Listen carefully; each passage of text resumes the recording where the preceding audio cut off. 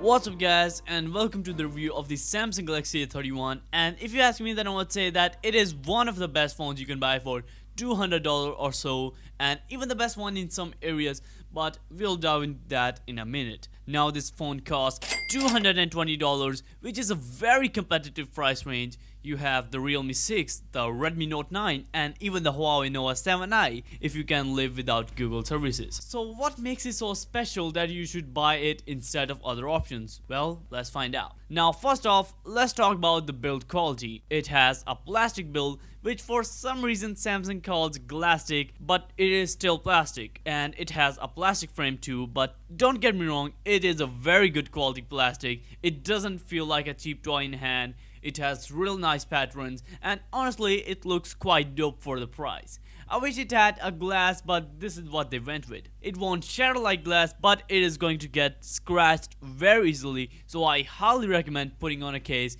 It also came with one, and if you haven't seen the unboxing yet, definitely check it out. Link will be in the description down below and here in the iCard. And with that said, let's talk about its specs. It is rocking 4 GB of RAM and 128 GB of storage, which is quite normal for the price, and it also has a micro SD card slot for expandable storage as well as dual SIM support. And it has a MediaTek Helio P65 processor, which is not the best or the fastest for the price, but in day-to-day tasks it flies through everything. But if you play those big games like PUBG and COD Mobile and want the best performance possible, then I would suggest you look somewhere else.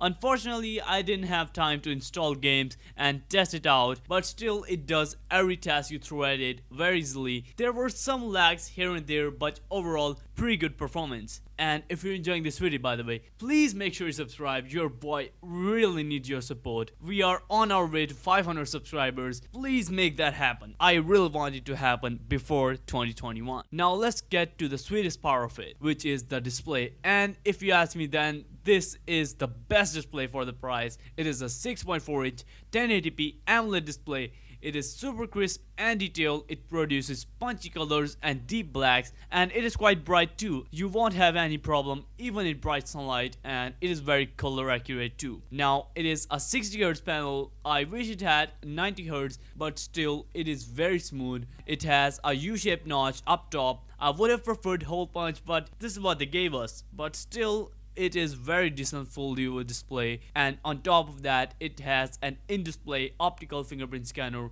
which is quite fast and accurate, but not the fastest, I would say. And now let's talk about the cameras, and let me tell you, they are very impressive for the price. It has a 48 megapixel main camera, 8 megapixel automatic camera, 5 megapixel depth camera, and 5 megapixel macro camera. Well, honestly speaking, the depth and macro cameras are just there so that Samsung can slap a quad camera setup on their marketing. It wouldn't have made a big difference if they didn't include them at all. But still, the pictures it produces are very impressive, very detailed. They have nice and punchy colors, and because of those 48 megapixels you get a ton of detail, and because of that big sensor you get a natural depth effect. And the 4K mode is great too. It has nice edge detection, plus the HDR is super sweet. Like you can see in this shot, I shot it right in front of the sun. It managed it really well. The video quality is also good, but not as good as the image quality. And the macro camera is just fine too, but kind of a bummer. And the 32 megapixel front camera is great too. It is very detailed. It still smooths the skin a bit and brightens it even if you turn off the beauty mode, which is kind of a personal preference. Some people like it, some people don't. And one thing I would like to mention, that it takes some time to process the shot after capturing it and enhances it a lot. And now let's talk about the battery life. It is rocking an enormous 5000 mAh battery, which will get you through your day very easily. Even with heavy usage, it has a solid 1.5 to 2 days of battery life, and it even has a Type-C port, and it comes with a 15-watt fast charger, which is not the fastest, but it does the job.